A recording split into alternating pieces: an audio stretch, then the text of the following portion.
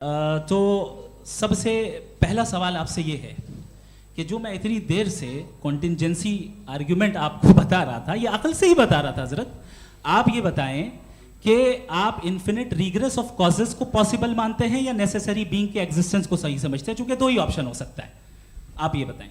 देखिए, आपको मैं ईमानदारी से बात करूं, एक तो मैं कॉन्टिजेंसी वर्ड ठीक से समझता नहीं, और इस वक्त भी जो आपने अंग्रेज़ी के अल्फाज इस्तेमाल किए वो ज़रा थोड़े से मुझे डिफ़िकल्ट और कॉम्प्लिकेटेड लगे, तो आप ज़रा सिंपल ज़बान में सवाल कर सकते हैं। बिल्कुल कर सकता हूँ जी। यूनिवर्स की हर चीज़ कॉन्टिंजेंट होने का मतलब ये है कि वो अपने एग्जिस्टेंस में किसी के ऊपर डिपेंडेड है। जो भी चीज़ डिपेंडेड होगी वो चीज़ इंडिपेंडेंट नहीं हो सकती, तो उसका कोई ना कोई कॉज होगा। तो अब आप क्या समझते हैं कि ये इन्फिनिट रिग्रेस है, यानी कॉज पर कॉज, कॉज पर कॉज, कॉज पर कॉज, और कभी कोई यानी ये एंडलेसली चलता रहा? क्योंकि अगर ऐसा होगा तो हम तो एग्जिस्टेंस में आते ही नहीं, लॉजिकली ये मुत्तफक अलैह चीज़ है, मुत्तफक अलैह अग्रीड अपॉन। ओके, इस पे हमने एग्री किया था कि मुश्किल शब्द आएगा तो अर्थ बताना पड़ेगा। तो इन्फिनिट रिग्रेस तो पॉसिबल नहीं है, तो कहीं ना कहीं आपको रुकना पड़ेगा ऐसे नेसेसरी बीइंग पर। नहीं, कोई ज़रूरत नहीं रुकने की। किसने कहा आप रुकना पड़ेगा? आप रुकते हैं खुदा पे, आप नहीं रुकते। आप कहते हैं वो हमेशा से, जब उस वक्त से है जब वक्त नहीं था। आप कहाँ रुकते हैं कि अब हुआ था वो? आप नहीं कहते। हम क्यों नहीं मान सकते कि यूनिवर्स जो है और बल्कि मल्टीवर्सेस जो है वो हमेशा से हैं, वो बनती है, बिगड़ती है। एक हमारे यहाँ एक चीज़ है ब्लैक होल, वो समेट लेता है वापस, फिर ब्लास्ट होता है, फिर फैल जाता है। और इसमें हमारी तो खैर कोई औकात ही नहीं है इंसान की। एक छोटे से ज़र्रे पे हम 50-60 साल की उम्र रखते हैं, जो करोड़ों अरबों साल की कायनात है उसमें, और पैदा भी नहायत ही बेहुदा वजह से हुए थे। तो इसमें ये सोचना कि इसकी वजूहात और ये क्यों है, ये डिपेंडेंट है, ये हम देख रहे हैं। क्या मालूम, आप सोचिए कि ये जो फैल रही है कायनात, ये कहाँ फैल रही है, ये कहाँ जा रही है, और ये फैल क्यों रही है? अरे बना ली थी तुमने, रुको भैया, हाँ काफ़ी है। ये फैल क्यों रही है? ये और कौन सी कायनात जिसे मैं दूरबीन से देखता हूँ तो 2 बिलियन लाइट ईयर पे है, उससे मेरा कोई वास्ता ही नहीं है। 2 बिलियन ईयर यानी अगर मैं 80,000 माइल्स पर सेकेंड से चलूँ तो 20 करोड़ साल में वहाँ पहुँच जाऊँगा। इसकी ज़रूरत क्या थी? ये दुनिया, ये कायनात तो इंसान अशरफुल मखलूक़ात के लिए बनाई गई ना। तो ये सब ये टर्म समझ में नहीं आया, इसमें कोई ख़ास समझने वाली बात थी भी नहीं। ये जो अल्टीमेट कहा यह जाता है कि ये जो पूरी यूनिवर्स है, ये जो दुनिया है, ये इंसान के लिए बनाई गई। अच्छा, ये सब इंसान के लिए। क्यों साहब, सही है ना? बिल्कुल, लेकिन इसका ये मतलब नहीं कि किसी चीज के पीछे रीजन आपको नहीं पता तो रीजन नहीं है, इसे कहते हैं नहीं, मुझे नहीं पता, लेकिन मेरी जिम्मेदारी नहीं है। वो बिल्कुल सही कहा था उसने, बर्टन रसल ने। आपने उसे मजाक में टाल दिया कि भाई आप एक दावा कर रहे हैं, मैं क्यों कहूँ कि ये गलत है दावा? आप प्रूफ कीजिए, मेरे पे जिम्मेदारी ही नहीं है, मैंने थोड़ी कहा है। आप प्रूफ कीजिए कि ये सही है। आप आर्ग्यूमेंट ऑफ कॉन्टिंजेंसी का जवाब ही नहीं दे रहे हैं। पूछना चाहेंगे? आप सवाल पूछना चाहेंगे मुफ्ती साहब से? क्योंकि ये क्रॉस एग्जामिनेशन का दौर है। आप जैसे पहले बोल रहे थे फेथ को लेके कुछ, मैं ये पूछना चाहूँगा कि खुदा ने जो भी रेवोल्यूशन किए हैं, एक मज़हब के नहीं बहुत से मज़हबों में किए हैं, अलग अलग रेवोल्यूशन है। कहीं कुछ एक बातें हैं, कॉन्ट्रडिक्शन भी है आपस में, कहीं कुछ आप कर सकते हैं, कहीं कुछ नहीं कर सकते। ऐसा नहीं है कि सबकी कोड ऑफ मॉरल एक है। तो ये किस्सा क्या है? अब आप ये देखिए कि मुझे कभी कभी लगता है कि ये जो फुटबॉल फाइनल होता है, लाखों लोग होते हैं, फिर वो टीवी कवर कर रही करोड़ों लोग, अगर उसमें खुदा की एक बूमिंग आवाज़ आ जाती, मैं गॉड हूँ, तो सारे लोग अभी सुन लेते और टीवी पे भी सुन लेते, किस्सा ख़त्म होता। ये इतनी राजदारी क्या है कि तुम सामने कुछ तो सबूत दे दो हमें सॉलिड। ये कह साहब ये यूनिवर्स कैसे बनी, इससे मसला क्या हल होगा? मैं पूछूंगा आपसे खुदा कैसे बना? क्यों नहीं पूछूंगा कैसे बना? बल्कि वो तो कायनात से कहीं ज़्यादा इंटेलिजेंट है, कायनात से कहीं ज़्यादा कॉम्प्लेक्स। जी वो हमेशा से है। आप कहेंगे मैं मान लूँगा। अच्छा, दोयम वो कादिर मुतलक, यानी कादिर मुतलक का मतलब ओमनीपोटेंट, वो जो चाहे कर सकता है। आपको नौकरी दिलवा सकता है, आपकी अच्छी जगह शादी करवा सकता है, आपके पड़ोसी आपका मुकदमा हरवा सकता है, आपको जिता सकता है, सब काम करता है। थोड़ा सा माइक क्लोज जी। वो इस दुनिया को चला कैसे रहा है, ये दुनिया कैसे चल रही है, आपको इस पर हैरत नहीं होती? या क़यामत के बाद कभी एक जस्टिस होगा, जब ये बच्चा मर चुका होगा जिसकी धज्जियाँ उड़ गई बम से, इसको इंसाफ मिलेगा तब? अच्छा, अब जवाब दूं? हाँ जी, दीजिए। मैं वही इसीलिए आप की तरफ आता। सबसे पहले आपने रेवलेशन और स्क्रिप्चर्स की बात की, इस पे मैं बात कर सकता हूँ लेकिन आज नहीं करूंगा चूंकि वक्त कम है, कभी और इस पे डिस्कस करेंगे। मैं तैयार हूँ उस पे भी बात करने के लिए। ये क्योंकि अभी हमारा से topic- राउंड 2 की भूमिका तय हो रही है। Does God exist round 2? जी, चूंकि आज गॉड के एग्जिस्टेंस पे बात है तो मैं उसी के रिलेटेड जो है आपके सवालात को एंटरटेन भी करूंगा और मैं भी पूछूंगा। आपने कहा कि आपने साबित ही नहीं किया, जबकि आर्ग्यूमेंट ऑफ कॉन्टिजेंसी बुनियादी आर्ग्यूमेंट है। आप मुझे कॉन्टिजेंसी का मतलब बताइए, आपका मतलब क्या कॉन्टिजेंसी? कॉन्टिजेंसी का मतलब यह हुआ कि हर वो वजूद जो किसी भी चीज का पाबंद है, हर वो वजूद या हर वो चीज जो अपने एग्जिस्टेंस में किसी भी चीज के पाबंद है और उससे बाउंड है, उसको उसकी ज़रूरत है, उस पर डिपेंड करती है, तो जाहिर सी बात है कि उसका कोई ना कोई कॉज होता है। ये तो अक्ल की बात है, ये आप रीजनिंग की बात करते हैं, मैं वही कर रहा हूँ। दूसरी चीज़ आपने ये बात कही कि इतने बिलियन लाइट ईयर्स दूर है, उसका मेरा क्या लेना देना। फिर मेरे ख्याल से आपको ये नहीं कहना चाहिए I think therefore I am an atheist. आपको सोचना चाहिए, सिर्फ आप एक लिमिटेड दायरे में रहकर नहीं सोचें बल्कि बाहर निकलकर सोचें। आपने तीसरा सवाल किया, आपने 2-3 सवाल एक साथ किए। ऐसी बातें ना कीजिए, कुछ लोगों को इतराज हो जाएगा आप पे कि आप कुछ भी सोचिए, ये इजाज़त आपको है नहीं, मुझे है।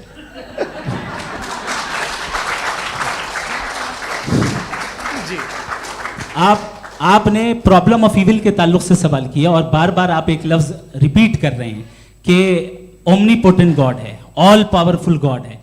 यही तो दरअसल समझना है कि गॉड का कॉन्सेप्ट क्या है। प्रॉब्लम ऑफ इविल जो है, प्रॉब्लम ऑफ इविल दर हकीकत 2 असम्पशंस पर कायम है। अगर आप इन 2 असम्पशंस को समझ जाएं तो ये प्रॉब्लम नहीं रहेगी, आर्ग्यूमेंट आपको समझ में आ जाएगी कि ये कोलैप्स कर जाता है। पॉइंट नंबर 1, यानी जो आपका सबसे पहला फॉल्स असम्पशन है कि गॉड मर्सीफुल है, ओमनीपोटेंट है, दुनिया में जुल्म हो रहा है। लेकिन आपको यह समझना चाहिए कि हमारे वर्ल्ड व्यू के मुताबिक गॉड सिर्फ ओमनीपोटेंट और सिर्फ मर्सीफुल नहीं है, बल्कि वो ऑल वाइज भी है और वो ऑल नोइंग भी है। उसके हर काम के पीछे हिकमत और विजडम है। ये कोई जरूरी नहीं है कि वो हिकमत और विजडम आपको समझ में आए या मुझे समझ में आए। अगर आप जो समझ रहे हैं उसके मुताबिक आप फैसला कर रहे हैं, ये लिमिटेड पर्सपेक्टिव से आर्ग्यूमेंट है। और इस चीज को हम अपनी दुनिया में, अपने लाइफ में, डेली लाइफ में इस प्रिंसिपल को एक्सेप्ट करते हैं। हम जब किसी डॉक्टर के पास जाते हैं, डॉक्टर के पास जाकर वो अगर उसने हमें कोई दवाई दी है तो हम ये तो नहीं कहते कि जब तक आपके पास जितना नॉलेज और जितना विजडम नहीं है, आपने क्यों ये दवाई दी है, तब तक हम इस चीज को एक्सेप्ट नहीं करेंगे। नहीं कहते, हम उसकी अथॉरिटी को तस्लीम करते हैं। क्यों? क्योंकि उसकी हम जानते हैं कि वो नॉलेजेबल है, वो विजडम वाला है, हमसे ज्यादा नॉलेज और हमसे ज्यादा विजडम है। बताएं सर। नहीं, डॉक्टर में और खुदा में बड़ा डिफरेंस है। डॉक्टर पढ़ा लिखा होता है, एक तो मैं उसकी बात सुनूंगा। दोनों ये नहीं, कुछ जवाब तो ये भी नहीं है। सर आप प्लीज, भी आ आप जाइए, अगर चलिए। सब ऑडियंस से बोलने लगेंगे तो हाँ। फिर मतलब नहीं सिविलाइज बहस का। मतलब आप ये कहें कि चूंकि आप डॉक्टर पे बिलीव करते हैं इसलिए खुदा पे बिलीव कीजिए, क्या ये मिसाल आपको समझाने के लिए। आर्ग्यूमेंट है, इस पे आपको एतराज नहीं है। तो सिंपल बात ये है कि मैं अगर ये यकीन कर लूँ कि एक ओमनीपोटेंट, उसकी मसलहत है, ये जो बच्चे मर रहे हैं ये मसलहत है उसकी, मुझे नहीं चाहिए इसकी मसलहत। उसकी मसलहत नहीं, यही मसलहत तो क्या समझना है। मतलब एक्सपीरियंस। अच्छा, इस आपने अभी मेरी बात पूरी सुनी नहीं। मैंने कहा आपका पूरा आर्ग्यूमेंट 2 फॉल्स असम्पशंस पर है। एक फॉल्स असम्पशन मैंने बता दिया, दूसरा फॉल्स असम्पशन ये है कि इस दुनिया में इविल के होने का कोई गुड रीजन नहीं है, जबकि हमारे पास बाज रीजंस मौजूद हैं, हमारे पास बाज वजूहात मौजूद हैं। अगर इस दुनिया में इविल ना हो तो आप गुड को डिफाइन कैसे करेंगे? अगर जुल्म ना हो आप इंसाफ को समझेंगे कैसे? अगर तारीकी ना हो तो आप लाइट को समझेंगे कैसे? बहुत अच्छे। अभी और सुन लें, अभी और बाकी है। ये तो बात बहुत पसंद आई साहब मुझे कि जब तक रेप ना हो तब तक औरतों की इज्जत का ख्याल आपने मेरा जवाब पूरा सुना ही नहीं। जब तक के बच्चों का कत्ल ना किया जाए तब तक आपको बच्चों की मासूमियत की इज्जत। आपने पूरा जवाब सुना ही क्या नहीं। बात है, क्या आपने नुक्ता निकाला हुआ? आपने पूरा जवाब सुना ही नहीं। आप सुन लें, मेरी बात सुन लें। ये मैंने आपको एक चीज बताई। दूसरी चीज, इस दुनिया में हम आए हैं टेस्ट के लिए, हमारा टेस्ट हो रहा है और हर इंसान का अलग अलग अंदाज में टेस्ट होता है। और इस दुनिया में अगर इविल मौजूद है तो वो इविल जरिया है हमारे अंदर ह्यूमन नोबल क्वालिटीज को डेवलप करने का और अलग अलग फील्ड में प्रोग्रेस करने का। और अगर हमारे अंदर और इस दुनिया में इविल नहीं होता तो बताइए टेस्ट का मतलब क्या होता? अगर मैं अपने स्टूडेंट को एमसीक्यूज दूं और उसमें सिर्फ राइट आंसर लिख कर दे दूं और कहूं तुम्हारा टेस्ट हो गया, ये मीनिंगलेस है। इस दुनिया में अगर हम टेस्ट के लिए आए हैं तो जाहिर है गुड एंड इविल दोनों मौजूद है। तो अगर गुड एंड इविल दोनों मौजूद है तो ये इविल भी खुदा का बनाया हुआ है? जी हाँ, खुदा का बनाया हुआ है। लेकिन अच्छा, चलो अच्छी बात। जी बिल्कुल, तो बिल्कुल खुदा ने बनाया। अभी तो ये है कि जो मेजॉरिटी है दुनिया में वो इविल है, तो ये खुदा एक्चुअली इविल के साइड पे लग रहा है मुझे। बिल्कुल भी नहीं, मैं बताता हूं। मेजॉरिटी में तो वो है। क्या बात कर रहे हैं भाई आप? मैं बहुत कोई भी जो मुंसिफ होगा, चाहे आपका अपना घर हो जिसके आप सबसे बड़े हैं, चाहे आपकी ऑर्गेनाइजेशन हो जो आप चलाते हैं, वहां पर आप इविल रखेंगे साबित करने को कि बाकी लोग शरीफ हैं? मेरी बात सुनिए, क्या ये आर्ग्यूमेंट ही गलत है? अगर कि जब तक के कोई इविल नहीं होगा तब तक के शरीफ आदमी शरीफ नहीं लगेगा। अगर एग्जामिनर गलत ऑप्शन दे रहा है तो एग्जामिनर इविल नहीं हो गया, जो गलत ऑप्शन को सेलेक्ट कर रहा है वो फेल होगा। क्रिएटर ने इविल को बनाया है लेकिन वो इविल नहीं है। अच्छा सुनिए मेरी बात, हाँ। Let me complete sir. जी जी। क्रिएटर ने इविल को बनाया है टेस्ट के लिए, वो इविल नहीं है। इविल वो होगा जो उसे इख्तियार करेगा। छुरी को बनाने वाला गलत नहीं होता है, छुरी का गलत इस्तेमाल करने वाला गलत होता है। रेप को कैसे गलत इस्तेमाल करते हैं? रेप इंसान के फ्री विल का नतीजा है। ये रेप कैसे गलत इस्तेमाल होता है? ये मुझे अब सुन लें, अब सुन लें। गलत इस्तेमाल होता है। हाँ मैं बता रहा हूँ ना, कैसे गलत मैं बता रहा हूँ जी। कि जो इविल इस दुनिया में मौजूद है उसके कई सारे तरीके हैं। एक तरीका इंसान का अपना फ्री विल है। अब अगर कोई रेपिस्ट रेप कर रहा है तो इसका गॉड का कसूर नहीं है, वो अपने फ्री विल का गलत इस्तेमाल कर रहा है, उसको सजा मिलनी चाहिए। अच्छा। और उसी के लिए जहन्नम बनाई गई है। ये फ्री विल का भी बड़ा चक्कर। आप जब कोई बुरा काम करते हैं या कोई बुराई होती है तो ये कहा जाता है कि ये फ्री विल है। 7 billion free wills are moving on this planet. 7 billion free will. और एक आदमी अपनी फ्री विल से मुझे कत्ल कर दे तो मैं खुदा की मर्जी से मरा हूँ कि इसकी फ्री विल की वजह से? मेरी मौत खुदा के हाथ है या ये फ्री विल वाले के हाथ है? खुदा ने फ्री विल का निजाम बनाया है और उस निजाम का गलत इस्तेमाल करके कोई आपको मार रहा है, इस्तेमाल करके मेरा कत्ल कर देता है। अब मेरी मौत का जिम्मेदार कौन है? वो इंसान जिम्मेदार है। वो इंसान। जी। तो ये कहना कि और उसको सजा मिलेगी। तो अब आप आगे चलिए कि ये तय करना कि अल्लाह ही या खुदा, अल्लाह ने, खुदा ही जिंदगी देता है, खुदा ही मौत देता है, ये गलत है। बिल्कुल गलत नहीं है। हाँ, नहीं, निजाम उसी ने बनाया फ्री विल का, निजाम मौत और हयात का उसी ने बनाया। You are contradicting yourself. अभी आपने कहा कि एक आदमी ने फ्री विल से आपको मार दिया, इसमें उसे फ्री विल दी गई थी, उसने गलत इस्तेमाल किया। 7 billion free wills are moving on this planet और आप चाह रहे हैं कि मैं सिर्फ खुदा का ध्यान करूं। ये 7 बिलियन फ्री विल्स को मुझे लुक आफ्टर करना पड़ेगा कि नहीं? ये तो तबाहियां कर रही हैं और तबाहियां ज़्यादा हो रही हैं। बिल्कुल। तो अगर आप बताएं अगर खुदा नहीं है फॉर एग्जाम्पल, तो आप इविल को कैसे डिसाइड करेंगे? यानी how can you define evil objectively without God? देखिए, दुनिया में 2 तरह के जानवर हैं। एक जो अकेले रहते हैं जंगल में और एक जो ग्रुप्स में रहते हैं। ग्रुप में जो भी रहेगा, चाहे वो आपका फाउंडेशन हो, चाहे कोई क्लब हो, चाहे कोई पॉलिटिकल पार्टी हो, चाहे कोई यूनिट हो, उसमें आपको इंटरैक्ट करने के रूल बनाने पड़ेंगे। यानी लोग तय करेंगे। लोग तय करेंगे। अगर लोगों ने ये तय किया कि किसी का रेप करना सही है, आप जस्टिफाई करेंगे? नहीं, आपका फाउंडेशन तो ये हो गया ना कि लोग ही विल डिसाइड करेंगे। नहीं, अरे दुनिया में ऐसे ग्रुप्स हैं जो रेप को जायज़ मानते हैं सर्टेन हालात में। मैं डिटेल में नहीं जानूंगा, आप भी जानते हैं। ये जो आईसिस वाले थे इन्होंने क्या किया था, तो उन्होंने क्या किया उसका खुदा से कोई ताल्लुक नहीं है सर। मैंने सिंपल सवाल किया कि इविल को आप डिफाइन करते कैसे हैं? आइए वापस आइए जी। आप साथ में तभी रह सकते हैं जब कुछ आप ऐसे उसूल डेवलप करें जिसमें हर एक का बेसिक तहफ़्फ़ुज़, हर एक का बेसिक राइट हो और हर एक को कोई आराम मिले। यही तरीक़ा है किसी भी ऑर्गेनाइजेशन जिसमें एक से ज़्यादा लोग हैं। और वो ऐसे चलती है ज़िंदगी। उसमें अगर आप गड़बड़ करेंगे तो तबाही होगी, नुकसान होगा, बर्बादियाँ आएंगी। और अगर उसमें आप घर ले लीजिए ना, एक हस्बैंड है, एक वाइफ है, बच्चे हैं, वालदा भी हैं, 2 बहनें भी हैं, एक भाई भी है। अब इसमें कोई निज़ाम आपको चाहिए साथ में रहने का, और एक दूसरे पे भरोसा रहे, एक दूसरे के बहीख्वाह हों, एक दूसरे की मदद करें, ऐसी जिंदगी। सर आपकी बात आ गई, आप ये कह रहे हैं कि लोग डिसाइड करेंगे क्या सही है क्या गलत है, यही है? मेजॉरिटी डिसाइड करेगी क्या सही है क्या गलत है? अरे भाई बिल्कुल।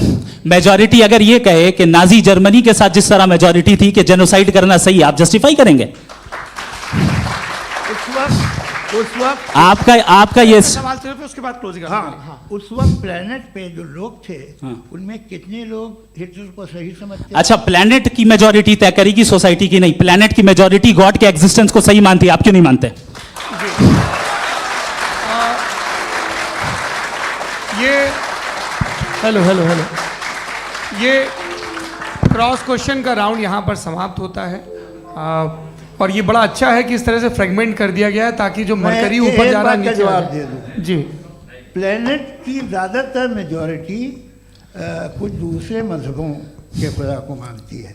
आप उन्हें क्यों नहीं, आप तो मेजॉरिटी की बात कर रहे हैं। अच्छा, ये मैंने क्लोजिंग majority की बात- आप ये कह रहे हैं इविल और गुड को डिसाइड मेजॉरिटी करेगी, मेजॉरिटी जो कर दे वो सही हो जाएगा। अरे क्लोजिंग इसको जैसा आप ही लोगों ने तय किया है उसी फॉर्मेट को फॉलो कर लेते हैं।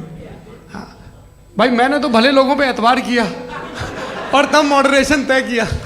जी, आपके पास 5 मिनट का वक्त है, क्लोजिंग आर्ग्यूमेंट है, उसके बाद हम ऑडियंस से क्वेश्चन आंसर लेंगे जावेद साहब की क्लोजिंग आर्ग्यूमेंट के बाद। ओके, टाइम स्टार्ट्स बहुत शुक्रिया जी। हमारा जो टॉपिक है डज गॉड एग्जिस्ट, मैं इस पे इतने एकेडमिक तैयारी करके आया था, मुझे था कि मैंने सोचा था कि कई सारे मैं आर्ग्यूमेंट्स दूंगा, लेकिन वक्त की भी किल्लत और जावेद साहब बार बार इधर उधर चले जा रहे थे तो उसको भी थोड़ा एंटरटेन करना पड़ गया।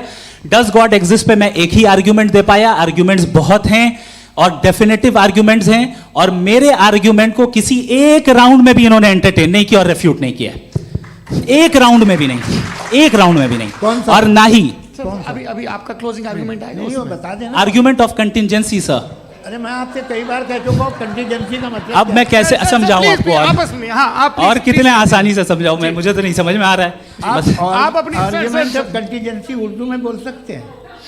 हाँ, आप अपनी बात पूरी कर लें जी। आखिरी 4 मिनट। दूसरी चीज, just a minute please ma'am, can I talk? दूसरी चीज ये है कि आपने एक तो इसका जवाब नहीं दिया, दूसरा आपने गॉड के ना होने पर कोई डेफिनेटिव आर्ग्यूमेंट नहीं दिया, सिर्फ मजहब पे बात कर रहे हैं आप। मजहब तो आज हमारा टॉपिक ही नहीं था, आज तो हमारा टॉपिक हो, आप मजहब से ले लेकर आईएस तक चले गए। भाई हमारा क्या ताल्लुक है उससे? We condemn them. और उसका गॉड से क्या ताल्लुक है? अगर कोई गलत काम कर रहा है, किसी ने किसी को कत्ल किया, किसी ने किसी का रेप किया, उसको सजा मिलनी चाहिए। और आपके पास कोई भी rational strong foundation of morality नहीं है। आपने कहा कि मेजॉरिटी तय करेगी सोसाइटी की, वो सही होगा। मैंने कहा हिटलर को फिर आप सही कहेंगे, नहीं, प्लैनेट की सोसाइटी की मेजॉरिटी तय करेगी। तो प्लैनेट की मेजॉरिटी गॉड के एग्जिस्टेंस को मानती है, आप कह रहे हैं ये रिलीजियस है। तो यानी आपके पास कोई स्ट्रॉन्ग फाउंडेशन नहीं है ऑब्जेक्टिव मोरालिटी का। ऑब्जेक्टिव मोरालिटी का अगर कोई फाउंडेशन है तो वो सिर्फ गॉड है, गॉड है, गॉड है। थैंक यू जी। ये मुफ्ती शमाइल नदवी साहब का क्लोजिंग आर्ग्यूमेंट था। अब हमारे पास जी ये बड़ा अच्छा है कि दोनों लोगों को मॉडरेटर से शिकायत भी और बोल रहे भाई हमारी शाबाशी भी तो करते चलो। अब मेरी बात जी, आपके पास जावेद अख्तर साहब 5 मिनट का वक्त है, ये आपका क्लोजिंग आर्ग्यूमेंट है, टाइम रीसेट कर दें जी। देखिए, बहुत सारी बातें हैं। गॉड का डेफिनेशन दुनिया के किसी भी रिलीजन में है कि वो ओमनीपोटेंट है, ओमनीप्रेजेंट है, he is just, he is kind, he loves you and so on. मैं जब दुनिया देखता हूँ तो मुझे कोई ऐसा सुप्रीम पावर यहाँ दिखाई नहीं देती है जो इंसान की बहबूदी के लिए कुछ कर रही हो, कमज़ोर को बचा रही हो, मदद कर रही हो, जालिम को पीछे हटा रही हो। मैं नहीं देखा, तारीख़ में नहीं।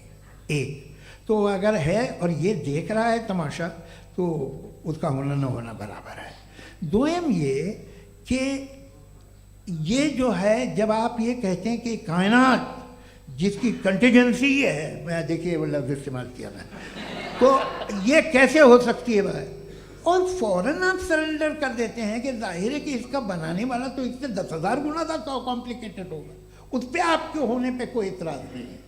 उसे वो टाइमलेस है, वो पहले से था, टाइम तो बहुत बाद में आया, ये सब आप मानने को तैयार है, जिसका आपके पास कोई सबूत नहीं, आपके पास कोई रीज़न नहीं है।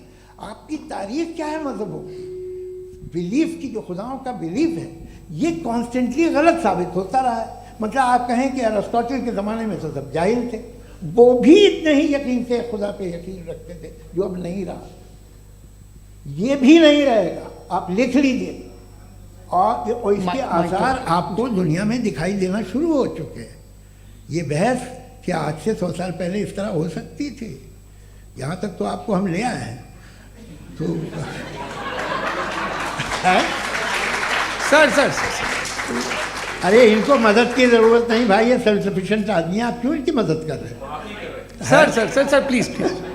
तो ये जो है तमाम बातें अपनी जगह हैं। ये एक पैकेज है, आप अकेले, कोई आदमी ऐसा नहीं जो सिर्फ गॉड को मानता हो, उसके साथ बहुत पैराफर्नेलिया आता है, अलग अलग पैराफर्नेलिया आते हैं।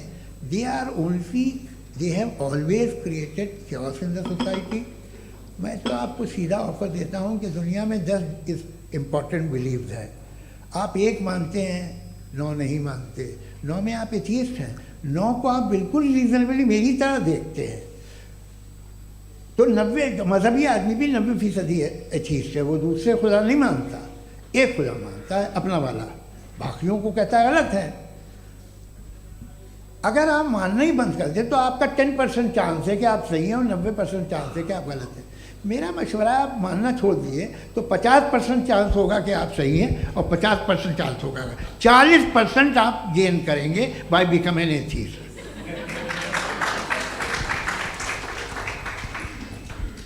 ये एक फरसूदा ख्याल है, ये ख़त्म हो रहा है, हो सकता है मेरी ज़िंदगी में ना हो, लेकिन ये हो जाएगा। जो बातें ये इनको आप मेटाफिज़िकल ये वो ऐसे रिस्पेक्टेबल टर्म दे दिए, ये तो उन लोग के हैं जिन्हें ना फिज़िक्स मालूम थी ना मेटा मालूम था, ये उन्होंने आपको दिए हैं। जी बहुत शुक्रिया आप दोनों लोगों का। और अब इस बातचीत का आखिरी राउंड शुरू होगा, डज गॉड एग्जिस्ट की ये बहस मुफ्ती शमाइल नदवी और जावेद अख्तर साहब के बीच। आप लोग अपने अपने हाथ ऊपर करेंगे, मैं यहाँ से तय करूँगा। और माइक हमारे पास है क्या? एक ही माइक है ऑडियंस के लिए? 2 माइक है, एक इस तरफ एक इस तरफ, ठीक है। तो जी सबसे पहले हमारी सहयोगी हैं मारिया शकील जी, पूछिए सवाल। थोड़ा सा रुकेंगे ताकि कैमरे का फ्रेम आप पर आ जाए, आपकी तो प्रैक्टिस है टीवी की। जी नदवी साहब, मैं खुदा को मानती हूँ, पहले मैं इसी प्रमाइस से शुरू कर रही हूँ और ये बता रही हूँ आपको, मैं मानती हूँ, लेकिन कुछ सवाल हैं जो जावेद साहब ने उठाया, उसका जवाब आपको देना चाहिए। पहला सवाल ये कि गज़ा में सालों से छोटे बच्चे मर रहे हैं, वो उनको, अगर खुदा मर्सीफुल है, हम मानते हैं कि अल्लाह ताला में बहुत ताकत है, तो वो बच्चे क्यों मर रहे हैं? दूसरी बात ये कि अगर कंटिजेंसी की जो आप बात करते हैं, पूरे मुस्लिम ममालिक मिल करके भी उन गज़ा के बच्चों को क्यों नहीं बचा पा रहे हैं? क्योंकि अगर वो चाहते, क्योंकि अल्लाह ताला उन पर हुकूमत करते हैं, सब पर हुकूमत करते हैं, तो वो उनको क्यों नहीं बचा? जी थैंक यू वेरी मच। बहुत अच्छा किया आपने इस चीज़ को जिक्र कर दिया, मैं इसको और अच्छे से एक्सप्लेन करने की कोशिश करता हूँ। देखें, जहाँ तक आपने कहा कि गज़ा के बच्चों को मारा जा रहा है, देखें 2 वर्ल्ड व्यू है, एक एथीस्टिक वर्ल्ड व्यू, एक थीस्टिक वर्ल्ड व्यू है। बच्चे मर रहे हैं दोनों वर्ल्ड व्यू में, लेकिन हमारा वर्ल्ड व्यू कह रहा है कि रिकॉम्पेंस है, ये कह रहे हैं कि उनका मरना बेकार जाने वाला है, कोई उसका रिकॉम्पेंस नहीं है, चूंकि इनके यहाँ आखिरत और अल्लाह का कोई तसव्वुर या गॉड का कोई तसव्वुर नहीं है। आपने ये सवाल किया कि गॉड मर्सीफुल है, क्यों नहीं रोकता? ये मैंने बताया कि ये मिसकंसेप्शन है लोगों के दरमियान कि गॉड को सिर्फ मर्सीफुल और ओमनीपोटेंट समझते हैं। गॉड के सिर्फ यही 2 एट्रीब्यूट्स नहीं हैं, गॉड के कई सारे एट्रीब्यूट्स हैं, उनमें से अल हकीम भी है, उनमें से ऑल वाइज भी है, ऑल नोइंग भी है। लिहाजा अगर इस दुनिया में किसी को तकलीफ आ रही है और गॉड उसको नहीं रोक रहा है, वो इसलिए नहीं रोक रहा है चूंकि इंसानों को फ्री विल दिया गया है। ठीक इसी तरीके से अगर एक डॉक्टर किसी छोटे बच्चे को इंजेक्शन लगा रहा है, उसे तकलीफ पहुंच रही है, उसके लिमिटेड पर्सपेक्टिव के एतबार से ये गलत हो रहा है और डॉक्टर बुरा है, लेकिन जब आप ब्रॉडर पिक्चर को देखेंगी, आपके और हमारे पास सिर्फ एक पिक्सल है, हमें इतना नजर आ रहा है कि गजा में कत्ल हो रहा है, लेकिन इसके पीछे कितना रिकॉम्पेंस उनको मिलने वाला है, पूरा पिक्चर गॉड के पास है। तो एक पिक्सल से आप पूरे पिक्चर को कभी भी जज नहीं कर सकती। आप इसमें कुछ जोड़ना चाहेंगे? आपको कुछ बोलना है इसमें? भैया आपने बहुत अच्छा जस्टिफिकेशन दिया। या आप वो जो वहाँ के प्राइम मिनिस्टर इजराइल के उन्हें भेजिए, वो बहुत खुश होंगे। आप जस्टिफिकेशन दे देना कि अगर गॉड नहीं है तो बच्चे क्यों मर रहे हैं, आप बताएं। जी, वो ये सवाल पूछ रहे हैं कि अगर आप ईश्वर का अस्तित्व नहीं मानते हैं तो उन बच्चों की मौत को आप कैसे इंटरप्रेट करते हैं? भाई ये दुनिया जो है, जो ताकतवर लोग होते हैं वो एक नाइंसाफ़ी करते हैं। तो ये अच्छा काम है आपके नजदीक, तो नेचर नाइंसाफी पे मबनी है। अरे मेरे भाई, आप नेचर की कहाँ बात कर रहे हैं, तो इंसान की बात जी, कर ये रहे तो फिर जब मैं इंसान की बात कर रहा था, आप नेचर की बात करने लग क्रॉस गए। एग्जामिनेशन नहीं। हैं। हाँ, अब आप मुझे बोलने नहीं देंगे तो अलग बात है, आप बोलिए, मुझे कोई जल्दी नहीं। जी नहीं, ये क्रॉस नहीं, एग्जामिनेशन एक है। मिनट हाँ। रुकिए। क्रॉस मुझे एग्जामिनेशन बोल तो लेने दीजिए। जी, बोलिए। ठीक है। बात ये है कि ह्यूमन सोसाइटी तभी साथ में रह सकती है जब वो मोहब्बत से, एकता से, एक दूसरे के एहतराम करके रहे। इसके अलावा पॉसिबल नहीं है, अकेले तो इंसान रह नहीं सकता। वहाँ पर कुछ लोग हैं जो फाउल करते हैं। वो फाउल हम हमेशा से तारीख में होता आया है।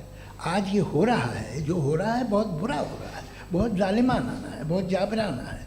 उसको आप कहें कि ये बच्चों को कॉम्पनसेशन मिल जाएगा या इसकी इंजेक्शन है, इंजेक्शन तो हेल्थ के लिए दिया जाता है। आप ये कह रहे हैं कि ये बच्चों की जो धज्जियां उड़ रही हैं ये इंजेक्शन है, ये विटामिन टेस्ट का। है, ये टेस्ट है, और उस टेस्ट में अगले उनको ऐसा रिकॉम्पेंस मिलेगा जो आपके तस्वुर के बाहर है। ये आप 3 बरस के बच्चे को बारूद से उड़ा के टेस्ट ले रहे हैं। वाह, वो नहीं ले रहा है, खुदा नहीं उड़ा रहा है, इजराइल उड़ा रहा है। जी, ये तो उसको कंडेम अगला करें। सवाल लेते हैं। अगला सवाल लेते हैं प्रोफेसर पुरुषोत्तम अग्रवाल। मुफ्ती साहब, एक निवेदन आपसे है कि कम से कम थोड़ा सा माइक क्लोज एक रिलीजियस और फिलोसफिकल कर रहे मैम प्लीज। एक रिलीजियस और फिलोसफिकल ट्रेडिशन है जो ब्रह्मांड को यानी यूनिवर्स को ही अंतिम मानती है। सर्वम खलु इदम ब्रह्मम, this is Chandogya Upanishad, and it completely rules out the existence और नेसेसिटी, आपके शब्दों में necessity of a creator. The creation itself is the creator. तो एक मिनट प्लीज। दूसरा जो सवाल आपने अभी, जो आप बार बार कह रहे हैं कि भगवान विद्वान भी है, वाइज, सब जानने वाला, तो अगर विजडम में दुनिया भर के पापों और अत्याचारों को बर्दाश्त करना शामिल है, तो फिर इसका मतलब ये हुआ कि अगर मैं फ्री विल से उसको अपोज करता हूं तो ईश्वर की विजडम और मेरी फ्री विल में कॉन्ट्राडिक्शन है। Because when I am opposing whatever is happening in Gaza, then I am opposing the God's will और गॉड्स विजडम। जवाब लेते हैं क्योंकि तो गॉड की विजडम में, एक मिनट सर प्लीज सर, ये एक जुमला, गॉड की विजडम है कि गाजा में जो कुछ हो रहा है वो हो रहा है, मैं उसका अपोज कर रहा हूं, तो मैं गॉड की विजडम के खिलाफ जा रहा हूं। एक सवाल। दूसरा ये नहीं, आपने 2 ऑलरेडी। सर आप और सवाल कर लें, लेकिन मुझे 2 जवाब दे सर, दें। सर, पहले आपने ये कहा, सुनिए मेरी बात सुनिए। भाई, इजराइल के गॉड के मुताबिक तुम्हारा ठीक हो रहा है ना? नहीं हो रहा है, ठीक नहीं हो रहा है, मैं बता रहा हूँ क्या हो रहा है। आप तशरीफ रखिए, मैं बता रहा हूँ क्या हो रहा है। Late me complete please. एक सेकंड गाइस, एक सेकंड। ये देखिए, ऐसा है कि ये सब बड़ा आपस में विचार विमर्श के बाद ये तय हुआ था कि कुछ नियम बना लिए जाएं ताकि एक टाइम बाउंड बातचीत चले। और भाई साहब, आप बड़ा ज़रूरी काम कर रहे हैं, लेकिन कैमरे के फ्रेम में आके उस काम को गड़बड़ कर दे रहे हैं। ठीक है गुरु, अब मेरे को कहीं का गुस्सा कहीं निकालना था, सॉरी। नहीं, कोई गुस्सा नहीं है जी। तो प्रोफेसर ने सवाल पूछे, आप उनके जवाब दें, और थोड़ा ये सब लोग थोड़ा ख्याल रखें भाई, सवाल संक्षिप्त रखें जी। आपने 2 सवाल किए। सबसे पहला ये कहा कि हमारे पास ये कॉन्सेप्ट है कि ये यूनिवर्स खुद नेसेसरी बीइंग है, creation itself is the creator. How irrational is this कि मैं एग्जिस्ट करूंगा बाद में, लेकिन अभी एग्जिस्ट कर भी रहा हूं, यानी एक ही टाइम में एग्जिस्ट भी कर रहे हैं, नहीं भी कर रहे हैं। This is not true. दूसरी चीज आपने कहा कि अगर इजराइल में, सॉरी माफ कीजिएगा, Israel doesn't exist, occupied Palestine में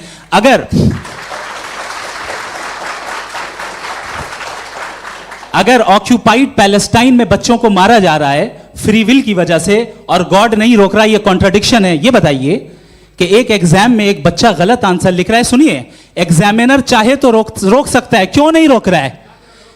ये कॉन्ट्रडिक्शन है, ये कॉन्ट्रडिक्शन नहीं है। नहीं सर, ये आपस में जी, ये क्या आपका सवाल? माइक दीजिए। फ्री विल दिया गया है टेस्ट के लिए, अकाउंटेबिलिटी के लिए। अगर फ्री विल नहीं होता तो आप कहते हैं हमें रोबोट बना दिया गया। नॉट मिसरिप्रेजेंट माय पोजीशन, आपकी जो भी पोजीशन, मैं अपनी फ्री विल के नाते, अपने ह्यूमन विजडम के नाते गाजा में हो रही अत्याचार का विरोध करता हूं। बिल्कुल करना चाहिए। आपके हिसाब से मैं गॉड की विजडम का विरोध कर रहा हूं? बिल्कुल नहीं, समाज हो रहा है गॉड की, बिल्कुल भी नहीं, बिल्कुल भी नहीं। उसका वहां पर गाजा में कत्ल होना ये इंसानों के गलत इस्तेमाल का नतीजा है, फ्री विल के इस्तेमाल का नतीजा है। गॉड इसका हुक्म नहीं देता, उससे रोकता है। यही तो मसला है ना, आपके लिए कॉन्सेप्ट क्लियर नहीं नहीं भाई, आपने तो बताया था इंजेक्शन लगाने से बच्चे को तकलीफ होती है, ये इंजेक्शन लगा। सर आप ऐसे रेटोरिक स्टेटमेंट दे तब तो कोई नहीं, मसला नहीं आपने समझते बोला कि रहेंगे। Injection this is a rhetoric statement, this is not a logical argument sir. I am sorry, I am ये सॉरी। आखिरी 30 मिनट बड़े मुश्किल होने वाले हैं। जी मुफ्ती साहब आगे बैठे हैं, इनको माइक दीजिए। हाँ तरुण, माइक आप अपने पास रखिए, आपको कैमरे का फ्रेम पता है। जी सबसे पहले दोनों को मुबारकबाद। एक सर अपना आप नाम बता दें। आप अमेरिका में शिकागो में रहते हैं, इतना मुझे याद है। पता है आपको, यासिर नदीम अलवाजदी मेरा नाम है। जावेद सर आपसे एक क्वेश्चन है इन्फिनिट रिग्रेस के ताल्लुक से। एक हाइपोथेटिकल सिनेरियो है, मसलन अगर आप सर माइक थोड़ा सा प्लीज क्लोज रखिए। ओके जी अगर आप शायर इसलिए हैं कि आपके कोई उस्ताद शायर थे, और वो इसलिए शायर थे कि उनके कोई उस्ताद शायर थे, और इसी तरीके से हम माजी में पीछे चलते चलते चले जाएं और कहीं ना रुके, तो माफ कीजिएगा आप कभी शायर नहीं हो सकते। लेकिन आप शायर हैं, आपका शायर एग्जिस्ट करता है, इसका मतलब ये है कि आप कहीं ना कहीं रुके हैं। तो मेरा सवाल ये है कि क्या आप इन्फिनिट रिग्रेस ऑफ कॉजेस को लॉजिकल फैलेसी मानते हैं या नहीं मानते? हाँ या ना? मैं इन्हें लॉजिकल फैलेसी नहीं मानता हूँ, लेकिन मेरा प्रॉब्लम यह है कि जब मैं नहीं मानता हूँ तो I will continue with this logic जो फैलेसी नहीं हो। आप एक जगह रुक जाते हैं जाके, आप कहते हैं ये गेंद कैसे बनी, ये जजीरा कैसे बना, ये समंदर कैसे बना, ये ज़मीन कैसे बनी, और अचानक गॉड पे जाके आपको ब्रेक लग जाता है। एक बार आप सवाल नहीं करते कि भाई इनको बनाने वाला तो इनसे भी कॉम्प्लिकेटेड होगा, वो कैसे बना, उसके बारे में आपने इत्मीनान कर लिया, वो हमेशा से है। तो अगर आप उसे हमेशा से मानते हैं तो फिर ये मान लीजिए कि कायनात हमेशा से है, क्या तकलीफ फिर हम वजूद में नहीं आते जी है? हम मौजूद नहीं। अच्छा सर क्यों नहीं हो मैं सकते? बताऊँ प्लीज प्लीज। जैसे मैंने मिसाल दी आपके शेर, आपका शेर कभी वजूद में ना आता अगर शायर इसी तरह चलते रहता हमेशा। जी माइक मेरे ख्याल से एक सेकंड, इन्फिनिट रिग्रेस का कॉन्सेप्ट क्लियर नहीं हो पाया, ऐसे रहने दें, लेट्स मूव ऑन सर। ठीक है। हाँ थोड़ा सा मॉडरेटर का भी ख्याल रखें। नहीं आपने तो रखा है, आपने रखा है। यहाँ पे गौहर रजा साहब हैं, वो भी एक सवाल पूछना चाहते हैं। माइक नीचे से ऑन कर दिए, नीचे। पहले तो ये कह दूं कि मैं उन बच्चों से शर्मिंदा हूं जिनको गज़ा में कत्ल किया गया, क्योंकि हमारे होते हुए कत्ल किया गया। लेकिन उससे ज़्यादा शर्मिंदगी इस बात से हुई कि मुझे लगा कि मुफ्ती साहब उसको जस्टिफाई कर रहे हैं। बिल्कुल भी नहीं, आप बहुत ही गलत, मुझे लगा मैं गलत हो सकता हूं। बिल्कुल गलत मैं है। सवाल पूछ रहा हूं, सवाल मैं देखिए, सवाल अगर पूछ रहा हूं। एक मैं सेकंड, जावेद भाई गौर से साहब, एक डिसएग्री सेकंड, करता गौर साहब, हूं। एक सेकंड देखिए, अगर देखिए ऐसा एक सेकंड आप सर वेट अरे आप कुछ मेरे पहले मुझे अपनी बात कह लेने दीजिए। अगर ऑडियंस तय करेगी तो फिर मॉडरेटर का मतलब नहीं। मेरा आप सबसे ये कहना है, ये बहस दो लोगों के बीच में है, एक तरफ मुफ्ती साहब, एक तरफ जावेद साहब। पिछले 1.5 घंटे से ये लोग अपने अपने तर्क रख रहे हैं। आपकी इनसे इत्तेफाकी हो सकती है, ना इत्तेफाकी हो सकती है। मेरे उस्ताद मुझे सिखा गए हैं कि मुखामुखम में असहमति की गुंजाइश बची रहनी चाहिए। अगर मैं आपकी बहुत इज्जत करता हूं गौहर साहब, आपने जो कमाल की किताबें लिखी, साइंटिफिक टेम्परामेंट, लेकिन मेरी ये गुजारिश है आप सबसे कि यदि आप इन लोगों ने जो बोला उन पर टिप्पणियां करेंगे तो ना वक्त की पाबंदी रहेगी, ना वो अनुशासन। आप सवाल पूछ लें, उस सवाल में जो बात आ जाए वो आ जाए। मैं जावेद साहब से डिसएग्री करता हूं, इसलिए जावेद साहब से सवाल पूछ रहा हूं। आपका सवाल जावेद अख्तर साहब से। और सवाल ये है मेरा कि जावेद साहब ने कई बार लॉजिक का इस्तेमाल किया कि साइंस में लॉजिक है और रिलीजन में लॉजिक नहीं है। मेरा ख्याल ये है कि रिलीजन में भी लॉजिक है, लेकिन उस लॉजिक की बेसिस ये है कि आप रुक जाते हैं, जिसका जिक्र जावेद साहब ने बार बार किया, यानी खुदा के तसव्वुर पे आते हुए, गॉड के तसव्वुर पे आते हुए रुक जाते हैं। और इसमें सवाल पूछना मतलब फॉरबिडन होता है। सवाल यह है कि क्या जावेद साहब इससे एग्री करते हैं कि साइंस की लॉजिक अलग है और रिलीजन की लॉजिक अलग है। बताइए सर। देखिए, 3 चीज़ें हैं, साइंस है, एक है मंतिक है, इस्तिदलाल है, और एक जो है कुछ भी नहीं है, फेथ है, अकीदा है। मैं अकीदे की लॉजिक का कायल नहीं हूँ। मुझे आप इस्तिदलाल से, लॉजिक से, रीज़न से समझाइए, मैं मानने को तैयार हूँ, मेरा क्या नुकसान होगा। लेकिन ये कि अकीदे पे मैं नहीं जा सकता हूँ। अकीदे का मतलब है कि तुम ये मान लो, सवाल ना करो, ये नहीं। आप सारी बातें करके, बड़ी साइंटिफिक बातें करके एक जगह जाके खुदा के हुदूद पे रुक जाते हैं, सरेंडर कर देते हैं। मैं सरेंडर करने को तैयार नहीं। That's all. जी, ये आगे सर बैठे हुए हैं, इनको माइक दीजिए। भाई वो आप पूछना चाह रहे थे ना भाई? हाँ, नहीं मैं ये थैंक यू जी, आपका नाम? आसिम इफ्तिखार। आसिम जी, पूछिए। सर, जावेद सर से सवाल है कि आपने अपने क्लोजिंग माइक थोड़ा करीब रखिए। अपने क्लोजिंग स्टेटमेंट में ये बात कही थी कि मज़हब का जो फ्यूचर है वो ज़्यादा दिन नहीं जाने वाला है, लेकिन मैं देख पा रहा हूँ कि जो ऑक्सफोर्ड यूनिवर्सिटी की एक स्टडी है 2011 में हुई है, जिसके 50 एकेडमिशियंस ने इसको अंजाम दिया था, उसमें वो ये कहते हैं कि जो फेथ इन गॉड है वो इनबिल्ट है ह्यूमन नेचर के अंदर, जिसको हम कहते हैं फितरत के अंदर शामिल है वो। और वो ये कहते हैं कि अगर कोई ये समझता है कि मज़हब को वो ख़त्म कर देगा तो ये उसकी गलत फहमी है। तो आप इसके बारे में, इस स्टडीज़ के बारे में क्या कहते हैं? ठीक है। मैं उनसे एग्री नहीं करता हूँ। वो कौन से प्रोफेसर होंगे? ऐसा उनके क्या पास डेटा है, इन्होंने डेटा के बेस होगा। डेटा क्या हो सकता है? फ्यूचर का डेटा तो नहीं हो सकता ना उनके पास, प्रेजेंट का डेटा हो सकता है। डेटा आपने सुना 100 साल पहले का बाद का डेटा? मैंने तो नहीं सुना आज तक। तो आज उनकी ये राय है और होगी राय, ठीक है। दुनिया में तरह तरह की राय है लोग, लेकिन मैं समझता हूँ कि वक्त के साथ इंसान ज़्यादा से ज़्यादा रीज़नेबल और लॉजिकल होता जा रहा है। आज आप देखिए वेस्टर्न यूरोप में क्या परसेंटेज है नॉन बिलीवर्स की, बहुत हाई। वहाँ चर्च खाली पड़े होते हैं। तो अल्टीमेटली तो इंसान कोई ऐसी बात बहुत अरसे तक नहीं मान सकेगा, चाहे गलत या सही, जो उसे, उसके दिमाग को, उसके जहन को, उसकी लॉजिक को अपील न करे। वो कह रहे हैं तो ऑक्सफोर्ड के होंगे तो कैम्ब्रिज के होंगे, तो मुझे क्या लेना देना। उनका डेटा मुस्तकबिल का नहीं हो सकता है। जी, दीपक, हाँ पूछिए। मैं आऊँगा, अभी पीछे की साइड भी आऊँगा, माइक वहीं भेजूंगा 2-3 साल के लिए। जी जावेद साहब, आपसे सवाल है। नमस्ते। अरे भाई सर, अगर आप ही लोग तय करना है तो फिर 200 लोग तय कर लें। ये एक साहब पूछ नहीं रहे सर, हैं। Please don't do this sir. Sir, everybody has a right sir, but we can only take Okay. Selected questions. No no sir, अरे ये भाई, यंग लोग आराम भी से। हैं तो इनकी ये अब बात उतने यंग, सुनिए। भाई आप यंग हैं कि नहीं हैं? एक मिनट, वो कह रहे हैं वो भी आइए, यंग हैं पूछ रहे हैं ना साहब। भाई। आप उनकी नौजवानी पर दावा उनको ही करने थे। हाँ मुफ्ती साहब, आप यंग, हाँ पूछे। अरे भैया सर, मेरा सवाल ये है। कुछ इनसे भी तो पूछो। जी हाँ। नहीं, बस आपसे एक सवाल है। जैसे थीस्टों के पास, अपने जो ईश्वर को मानते हैं, उनके पास अपने सोशल गेट टुगेदर्स हैं। 5 रोज़ आज क्रिसमस आने वाला है, होली है, दिवाली है, ईद है। एथिस्ट क्या ऑफर कर रहे हैं? मतलब मैं इनकी दुकान से बोलूं, मैं आना चाहता हूं उस तरफ, पर मैं अट्रैक्ट नहीं हो पा रहा हूं। मैं सोशल गेट टुगेदर्स क्या है आपके पास? वो ये कह रहे हैं कि जो धार्मिक लोग हैं, अलग अलग धर्म के लोग, उनके उत्सव त्योहार, कॉन्ग्रीगेशन बड़ी बहुत अच्छी हैं। बात। अब आपको मैं एक सुनाता हूँ, यहाँ हिस्टोरियन भी बैठे हैं। मृदुला जी, आप बताइएगा सही है कि नहीं। ये एक कॉन्स्टेंटाइन, एक ग्रीक रोमन बादशाह था, जो क्रिश्चियनिटी आने के 400 साल बाद उसने डिसाइड किया कि मैं क्रिश्चियन हो जाऊंगा, मेरी पूरी स्टेट कैंसिल हो जाएगी। उस ज़माने में ऐसे ही होता था, राजा जो धर्म इख्तियार करता था वो जनता भी कर लेती थी। इसलिए कि वो हो गया था बैंकरप्ट, और उसे जो मेडिटेरियन कोस्ट के रिच क्रिश्चियन वो थे मर्चेंट, उससे पैसा चाहिए था। तो उसने कहा यार क्रिश्चियन हो जाओ। तो उसने अपने वजीर से कहा कि भाई ये हिस्ट्री है कि अब हम लोग क्रिश्चियन हो जाते हैं।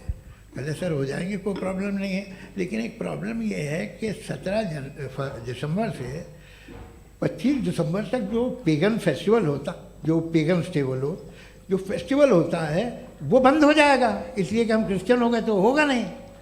तो वो बच्चों को बहुत बुरा लगेगा, पब्लिक को बहुत इन्जॉय करते हैं, खासतौर से 25 को मेन डे। उसने कहा हाँ ये तो सही कह रहे हो। ये जीसस क्राइस्ट की पैदाइश कब थी? कहते साहब वो अप्रैल में थी। नहीं, कट करो, वो 25 दिसंबर को है। ये हकीकत है। और 400 साल बाद क्रिश्चियनिटी के अप्रैल से दिसंबर ले आए, और इसलिए कि यहाँ पेगन फेस्टिवल होता था। अब मनाते हैं आप आराम से। ये जो सारे फेस्टिवल हैं ये रिलीजन से, हर एक को एक इंटरटेनमेंट डिपार्टमेंट चाहिए होता है अपनी कंपनी चलाने के लिए। तो ये रिलीजन ने, ये सेकुलर त्योहार थे जिन्हें रिलीजन्स ने ले लिया है। ये मौसम के थे, फसलों के थे, किसानों के थे, उसको आपने लेके रिलीजियस रंग दे दिया। ये कोई रिलीजन से थोड़ी आए आप। अच्छा हमें देखिए, हम तो मुल्द हैं, हम ईद मनाते हैं, हम दिवाली मनाते हैं, हम होली मनाते हैं, हम क्रिसमस मनाते हैं। बम्बई की फिल्म इंडस्ट्री की सबसे बड़ी होली हमारे घर में होती है, सबसे बड़ी ईद हमारे घर में होती है। वो हमारी सोशल वो है, हमारा हेरिटेज है। ऐसा थोड़ी है कि we will throw the baby along with the water. ये तो अच्छी चीज़ है, इन्हें रखो, जो बेकार है फेंक दो। जी हाँ, हेलो जी, मेरा सवाल नादवी जी से है। जैसा कि आपने बोला कि गॉड टाइम के भी परे हैं और गॉड इतनी कॉम्प्लेक्स चीज़ है कि उसे ह्यूमन माइंड समझ नहीं सकता, और गॉड ने अर्थ पे फ्री विल भी दे दी है, तो आप अपना वक्त ज़ाया क्यों कर रहे हैं गॉड के बारे में बात करके? अपन को तो बात करनी चाहिए कि सोसाइटी को बेहतर कैसे करें। जी मैं, गॉड वही बताता है सोसाइटी को कैसे बेहतर करे। अभी मैं आपका जवाब देता हूँ। आपने कहा कि टाइम पे वो एग्जिस्ट नहीं करता, सो मेरा सवाल ये है कि जैसा आपने बोला कि गॉड बहुत ही कॉम्प्लेक्स चीज है, मैंने कहा ही नहीं कि कॉम्प्लेक्स है, तो आपके अल्फाज हैं। कॉम्प्लेक्स का लफ्ज गॉड के लिए सुइटेबल नहीं है। क्यों? क्योंकि कॉम्प्लेक्स वो चीजें होती हैं जो ऑब्जेक्ट हो। God is not an object जिसको आप इंस्ट्रूमेंट के जरिए लेबोरेटरी में जाके टेस्ट करें, oh it's very complex. No, वो कोई कार का इंजन नहीं है। मेरा वो फिलोसॉफिकली नेसेसरी बीइंग ऐसी बीइंग है जो सिंपल बीइंग है। हाँ, आप उसको मुकम्मल तौर पे उसकी तमाम हिकमतों को जान ले और हर चीज को जान ले, ये पॉसिबल नहीं है, क्योंकि वो ऑल वाइज है, आप ऑल वाइज नहीं है, और वो खुदा है, वो आपको सारी चीजें बता दे, ये जरूरी नहीं। मेरा सवाल ये नहीं था, मेरा सवाल ये था कि जब गॉड इतना परे है इस दुनिया से कि उसने अर्थ पे फ्री विल भी दी है, हम सब ह्यूमंस की फ्री विल है, और जो सोसाइटी में हो रहा है वो अपन लोग डिसाइड करेंगे, तो अपन लोग डिसाइड नहीं करेंगे ना, अपन लोग डिसाइड नहीं करेंगे। गॉड जो है, गॉड ने वो उसकी जात, उसकी एग्जिस्टेंस टाइम एंड स्पेस से परे है, लेकिन वो हमारा टेस्ट ले रहा है और उसी गॉड ने हमें बताया कि तुम्हें क्या करना है क्या नहीं करना है, तो जाहिर है उस गॉड की बात सुनेंगे ना। जी वो पीछे एक चश्मा लगाए जो मैम खड़ी हैं, उनको दीजिए। हाँ आप जी जी बिल्कुल आएंगे। देखिए मैं कोशिश कर रहा हूँ सब तरफ जाने की। हाँ उनको दीजिए माइक। जी हेलो सर, मैं ओमनी प्रेजेंट नहीं हूँ, टाइम पाबंद हूँ, और जहाँ तक कोशिश कर सकता हूँ करूँगा। जी अपना नाम बताइए। मेरा नाम उर्सुला है, मैं दिल्ली यूनिवर्सिटी की एक स्टूडेंट हूँ और मैं स्टूडेंट फेडरेशन ऑफ इंडिया से हूँ। मेरा सवाल मुफ्ती जी से है कि इस हॉल के इस कमरे में बैठ के हम लोग रेप की मोरालिटी के बारे में फिलोसफिकली बात तो कर सकते हैं, बट असलियत ये है कि रोज़मर्रा की ज़िंदगी में औरतें रेप के थ्रू गुजरती हैं, और हम लोग सिर्फ नंबर्स पे इस तरह नहीं देख सकते, क्योंकि कितनी औरतें हैं इन कंट्रीज़ में जहाँ पे आप बता रहे हैं कि केसेस कम हैं, जिनका एक्सेस है कि वो जाके केस फाइल कर सकें। कितनी औरतें हैं जो जिनको काम करने की आज़ादी है उन कंट्रीज़ में। यूरोप में ये आज़ादी आ गई, यूरोप में ये रूल्स आ गए, तो हम आज उसके बारे में बात कर पा रहे हैं। जी जवाब। आपने ये कहा कि कमरे में बंद होकर हम लोग इस पर फिलोसफिकली बात कर सकते हैं, लेकिन हकीकत में क्या हो रहा है, वो ग्राउंड लेवल पे क्या हो रहा है, जो बहुत गलत हो रहा है, और वो सफ़र कर रही हैं। आई अग्री, बहुत गलत हो रहा है, और जो गलत हो रहा है उसको हमें रोकना है। और क्यों रोकना है, वो गलत क्यों है? हमारे पास इसका ऑब्जेक्टिव फाउंडेशन है, इनके पास उसका ऑब्जेक्टिव फाउंडेशन नहीं है। मैं ये कहना चाह रहा हूँ कि जहाँ पे भी जुल्म हो रहा है, जहाँ पे भी औरत पे जुल्म हो रहा है, या उसकी इज्जत लूटी जा रही है, या उसे तकलीफ पहुँचाई जा रही है, और सिर्फ औरत नहीं, किसी इंसान के ऊपर भी जुल्म हो रहा है, तो उसके खिलाफ खड़ा होना, ये मॉरलिटी हमारे पास गॉड के पास से आई है। वरना जावेद साहब तो कह रहे हैं कि जो है मेजॉरिटी डिसाइड करेगी, तो मेजॉरिटी तो कभी भी बदल सकती है। क्या आप हाँ। ये थोड़ी सी आपको गलतफहमी है। मैं अगर मेरे जुमले से ये मदनत निकला या मैंने कहा, तो ये जुमला मैं वापस लेता हूँ। ये मेरा मतलब ही नहीं था कि मेजॉरिटी डिसाइड करेंगे। मेजॉरिटी डिसाइड करे तो दुनिया में बड़ी, वैसे आपने कहा था ये जुमला। अच्छा हो सकता है, मैं मान रहा हूँ, बाद में रिकैप कर लेंगे। अरे एक सेकंड, मैं अपनी एक्सप्लेनेशन दे रहा हूँ। मुनासिब बात यह है कि हम सब के सब दिल में जानते हैं कि क्या अच्छा है क्या बुरा है, हमें पता है अच्छी तरह से। जो लोग बुरे काम करते हैं उन्हें भी मालूम अच्छा क्या है। यही तो सवाल था हजरत सर, कि फिर ये मोरालिटी आई कहाँ से? क्रॉस एग्जामिनेशन, हाँ जी हाँ जी। मोरालिटी साथ रहने की डिजायर से आई है। यानी साथ रहकर जो कुछ कह दे जो कुछ कर दे वो हो जाएगा? नहीं नहीं, तो आप कायदे से रह ही कर सकते हैं जब तक लोगों में मोरालिटी हो, वरना क्यास हो जाएगा। ये आपको कैसे पता? जी हमने देखा ना जहाँ मोरालिटी का क्यास हो गया, हम देखते हैं कहाँ पे देखते भाई हैं? दुनिया में। आप जो ये- कह रहे हैं आप एक अभी कहीं मैं पे आप अगर लोगों गलत को हो रहा है इस बहस तो के उसको बाद आप में आप गलत लोगों देखिए। को आप सर मुफ्ती आप साहब, मैं- एपिस्टेमोलॉजी मुफ्ती की साहब, बात मुफ्ती कर रहे हैं, मैं साहब, ऑन्टोलॉजी अरे की बात मुफ्ती कर रहा साहब, हूँ। मैं इस बहस के फाउंडेशन बाद क्या आप है? दोनों लोगों को चाय पे फाउंडेशन होस्ट करूंगा, वहां पे क्रॉस एग्जामिनेशन कर लीजिएगा। अभी ऑडियंस का हक मार रहे हैं आप लोग भाई। सर जस्ट लोग हैं आप लोग। और ये भाई ये एक हाँ बच्चे उधर को- उधर आएंगे, उधर इनको आएंगे। भी। जी सर आएंगे आएंगे। अच्छा सर मेरा नाम लईकुर रहमान है और मैं अलीगढ़ मुस्लिम यूनिवर्सिटी का स्टूडेंट हूँ। और जहाँ तक मुझे पता है कि sir ji, you are ji. Also product of Aligarh Muslim ये यूनिवर्सिटी। मैं भी उसी चमन का बुलबुल। हाँ सर, तो बड़ी खुशी हुई मुझे जान करके कि मैं आपसे मिलूंगा। सवाल सर मेरा सवाल यह है, सर सैयद अलैहि रहमा का नज़रिया यह था कि खुदा के वजूद को अक़ल के दायरे में रह कर के तलाश करना, न कि पूरी तौर से उसका इनकार कर देना। Sir how will you define it?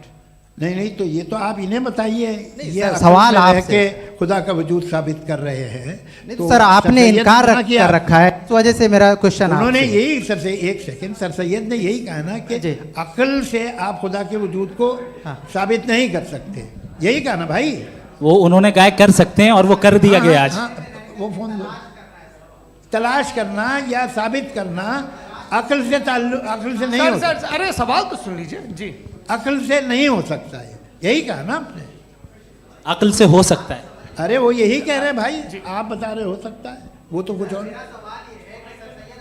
आप अगर सर देखो नौजवान फोन ले लो, वो इतनी ले। कमाल की यूनिवर्सिटी है। अरे भाई दे दो मेरी ना बात जरा तो- एक मिनट, अरे दे दो मेरे भाई माइक। मेरी बात सुनो, नहीं, माइक मैं पे समझ- बोलो ताकि जो लाखों लोग देख रहे हैं माइक दे दो ना। अरे देंगे ना माइक, तुम ठहरो तो। हाँ सर मेरा सवाल ये था कि सर सैयद अलैहि रहमा का एक नज़रिया था अपना कि खुदा का जो वजूद है उसको अक़ल के दायरे में रह करके तलाश करना है, न कि पूरे तौर से इनकार कर देना है। ये उनका कॉन्सेप्ट था। लेकिन मेरा सवाल ये है कि आप इसको कैसे डिफाइन करते हैं, एक्सप्लेन कैसे करेंगे, मैं आपसे जानना चाहता हूँ, क्योंकि you are the product of Aligarh Muslim University. मुझे अकल के दायरे में रख के मैंने बहुत तलाश की, मुझे मिला नहीं। हाँ ये इधर उधर वो चश्मा लगाए जो, हाँ उनको दे दीजिए। जी जी फटाफट पूछिए, बस 5 मिनट है, 5 मिनट में खत्म हो रहा है। हाँ अस्सलाम वालेकुम मुफ्ती साहब। एंड मेरा सवाल जावेद अख्तर साहब से। क्या नाम है आपका? अरे भैया सब मुझे तो पूछ रहे हो। फैज पूछिए फैज साहब। तो मेरा सवाल ये है कि अभी जो एथियस्ट है वो problem of evil argument use कर रहे हैं अगेंस्ट मुस्लिम्स, राइट? कि इस दुनिया में इतना सारा इविल है और अगेंस्ट मुस्लिम तो यहाँ अगेंस्ट थियस्ट। हाँ थोड़ा सा करेक्ट कर लीजिए भाई। पूरी मशक्कत ही इसी बात की थी कि किसी एक मजहब पे बात न टिके। जी तो बेसिकली ये आर्ग्यूमेंट ऐसा है कि इस दुनिया में इतना ज़्यादा ईवल एग्जिस्ट करता है और अगर एक ऑल गुड गॉड है तो वो रोकता क्यों नहीं है? लेकिन इस सवाल में एक हिडन अजम्पशन ये है कि इस दुनिया में ईवल एग्जिस्ट करता है। अब एथियस्ट ये कैसे ऑन्टोलॉजिकली प्रूव कर सकते हैं कि इस दुनिया में ईवल एग्जिस्ट करता है? मैं आपको बताता हूँ, थोड़ा सा समझा। नहीं सर आप हम लोग इनको सुनने आए। नहीं please don't do that. I want to explain ontologically. नहीं हम समझ गए सर, इनको अब जवाब देने दीजिए। अच्छा सवाल पूछ लो। मैं अभी तक क्या था वो मैं थोड़ा सा ऐड ऑन कर लेता हूँ। तुम गुरु, तो हम जब इसका राउंड 13 करेंगे ना तब तुमको स्टेज पे बिठाएंगे। जी तो हाँ जल्दी से। तो देखिए एथियज्म के हिसाब से सब कुछ रैंडमली बन गया है, सब कुछ एटम्स और मॉलिक्यूल्स है। एक पत्थर में और मुझ में सिर्फ इतना फर्क है कि हम लोग एटम्स और मॉलिक्यूल्स का अलग अलग रीअरेंजमेंट है। अब एक पत्थर को कोई इंसान तलवार से 2 टुकड़ों में काट दे या मुझे, according to atheism it is same. There is no evil and good according to atheism. जी अच्छा फैज साहब का सवाल ये है कि हाँ कोशिश भी करते तो इससे गलत सवाल नहीं कर पाते।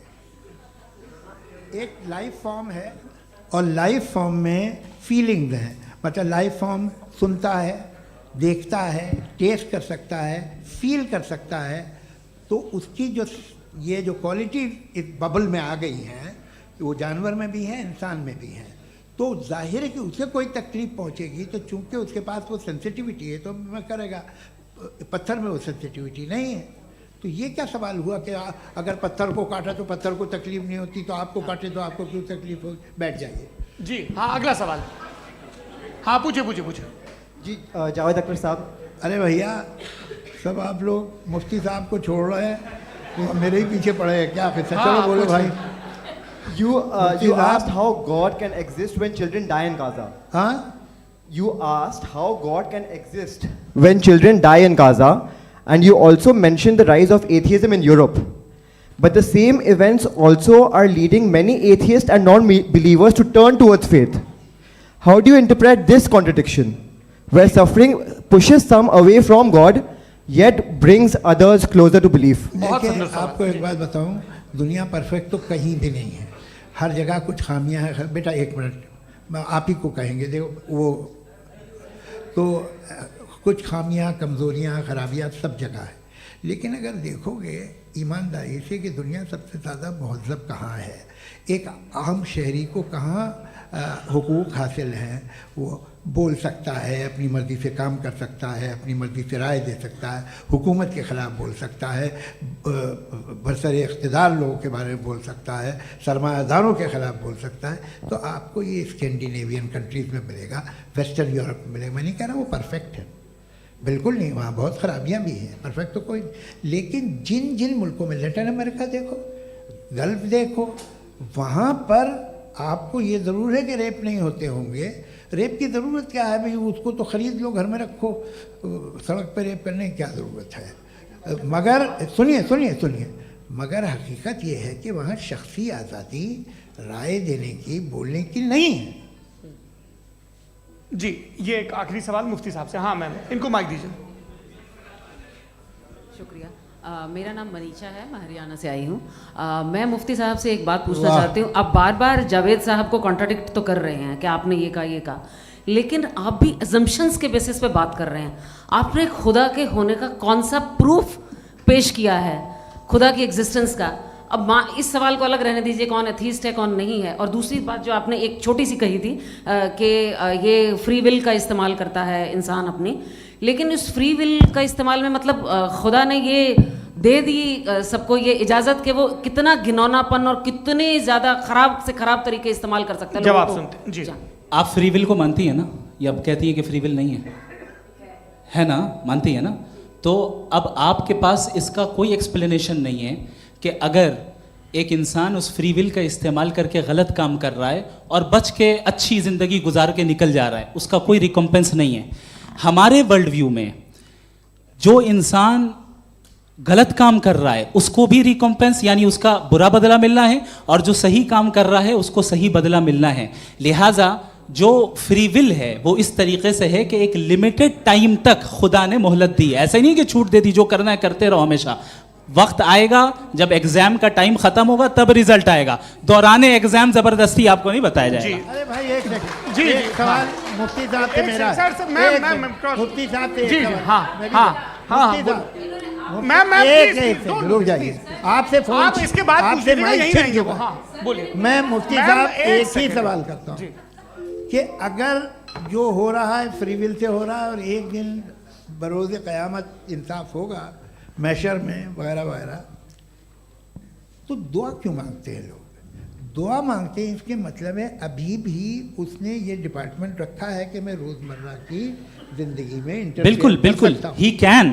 तो तुम कैन हो, तुम मुझे नौकरी दिला देते हो, मेरे बेटे को ग्रीन कार्ड दिला देते हो, और 45,000 बच्चे मरते उन्हें रोकते नहीं हो। नहीं तो क्या आप ये कह रहे हैं कि इस दुनिया में जालिमों को कभी पकड़ ही नहीं होती है? अरे जो भी पकड़ होगी वो बच्चे रोते हैं। बिल्कुल, देखिए मैंने अपने ओपनिंग स्टेटमेंट में यही कहा था कि जनाब जावेद साहब सिर्फ इमोशनल आर्गुमेंट देंगे। This is an emotional argument. ये छोटे मोटे इसके पीछे का रीजन मैंने बताया क्या है, इसके पीछे का रीजन क्या है मैंने बताया। मंच से आप लोगों को इस्लाम का पैगाम पहुंचाने के कई तरीके हैं। कुछ तरीके में सफलता और मिलती है, कुछ में कम सफलता मिलती है। सबसे आम तरीका जो मुसलमान इस्तेमाल करते हैं इस्लाम का पैगाम पहुंचाने के लिए गैर मुस्लिम को, वो है कि इस्लाम के बारे में सैकड़ों अच्छी बातें करते हैं। ये तरीका भी एक तरीका है जो सही है, लेकिन आमतौर पे अगर कोई गैर मुस्लिम से आप इस्लाम के बारे में सैकड़ों अच्छी बातें करते हैं और मान लो मिसाल के तौर पे कि वो उन बातों को कबूल करता है, फिर भी उस गैर मुस्लिम के दिमाग में ये सवाल रहेगा और वो शायद कहेगा ठीक है इस्लाम में अच्छी बातें हैं, लेकिन आप वही मुस्लिम हैं, वही मुसलमान हैं जो फंडामेंटलिस्ट है, जो बुनियाद परस्त है, जो टेररिस्ट है। आप वही मुसलमान हैं जो एक से ज्यादा शादी करता है, एक से ज्यादा बीवी रखता है। आप वही मुसलमान हैं जिसने अपना दीन तलवार के बल पर फैलाया। ये चंद बातें जो उसके दिमाग में हैं, वो उसे इस्लाम की अच्छाइयां कबूल करने से रोकती है। इसीलिए जब भी मैं कोई भी गैर मुस्लिम से मिलता हूं, मैं पहला सवाल उससे करता हूं कि आपको इस्लाम में क्या गलत लगता है, आपके पास इस्लाम के खिलाफ क्या चीजें, और मैं उसे मुतमईन करता हूं कि उसके इल्म के हिसाब से, भले उसे इल्म मीडिया के जरिए मिला या किताबों के जरिए मिला, सही या गलत, जो भी इल्म उस गैर मुस्लिम के पास है, मैं उससे पहला सवाल पूछता हूं आपको इस्लाम से क्या नाराजगी है, आपको इस्लाम के मुतालिक क्या चीज आपको गलत लगती है, और मैं उसे मुतमईन करता हूं कि वो इस्लाम के खिलाफ भी बात कर सकता है, कुरान के खिलाफ भी बात कर सकता है, और जब वो मुतमईन हो जाता है तो वो गैर मुस्लिम 2 या 3 सवालात इस्लाम के मुतालिक करता है।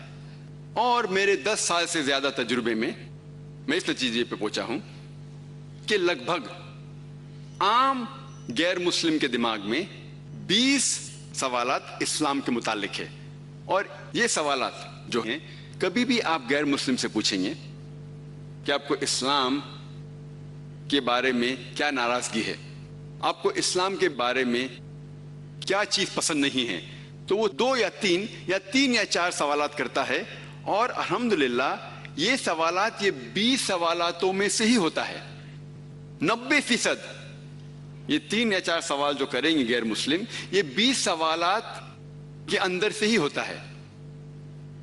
ये कॉमन आम 20 सवालात जो गैर मुस्लिम के जहन में कैसे आए, जिस तरीके से मीडिया इस्लाम को पेश करता है उस तरीके से ये सवालात आते हैं। और आज की इंटरनेशनल मीडिया, चाहे वो इंटरनेशनल न्यूज़पेपर हो, इंटरनेशनल मैगजीन हो, रेडियो स्टेशन हो, टेलीविजन सैटेलाइट चैनल हो, ये सब इंटरनेशनल मीडिया इस्लाम के मुतालिक गलत फहमियां फैलाते हैं। और कुछ मीडिया खुसूसन इस्लाम के खिलाफ प्रोपेगेंडा करते हैं। और जिस तरीके से मीडिया इस्लाम को पेश करता है उस तरीके से ये सवालात उनके जहन में आते हैं। आज की तारीख में जो 20 सवालात आम गैर मुस्लिम के दिमाग में हैं, 10-20 साल पहले ये सवालात कुछ और थे। 20 साल बाद शायद ये सवालात फिर बदलेंगे। जिस तरीके से मीडिया इस्लाम को पेश करता है उस तरीके से ये सवालात गैर मुस्लिम के दिमाग में आते हैं। जी दोस्तों, आप लोगों ने ये डिबेट और ये मुनाजरा देख लिया होगा। यकीनन इसमें जो मुफ्ती शमाइल ने जवाबात दिए और सवाल और जवाब हुआ, हैरान कुन था। देखो, एक बंदा इस चीज़ के बारे में शक में हो, इनकार करता हो कि अल्लाह का वजूद है या नहीं, यानी इस बात से वो इनकार करता हो कि अल्लाह का वजूद नहीं है, नाऊज़ु बिल्लाह, तो अब ख़ुद अंदाज़ा कर ले, थोड़ा सोच ले एक दफ़ा, यानी 1-2 मिनट आप खामोश रहे और तवज्जो करे कि देखो, कोई बंदा एक गिलास नहीं बना सकता, एक कार नहीं बना सकता, एक सुई नहीं बना सकता, एक ज़र्रा नहीं बना सकता, तो ये पूरा निज़ाम कैसे चल रहा है? देखो, एक फैक्ट्री है, वो बग़ैर बनाने वाले, बग़ैर उसको चलाने वाले की नहीं चलती। मशीन है, इसके लिए क्रिएटर ज़रूरी है कि बनाने वाला हो। फैक्ट्री का निज़ाम है, अब वो ख़ुद ब खुद चले, आप ख़ुद अंदाज़ा करें, ये ख़ुद ब खुद चल सकता है? तो ये इतना बड़ा निज़ाम, चाँद, सूरज, सितारे, ये कैसे खुद बहुत चलते हैं?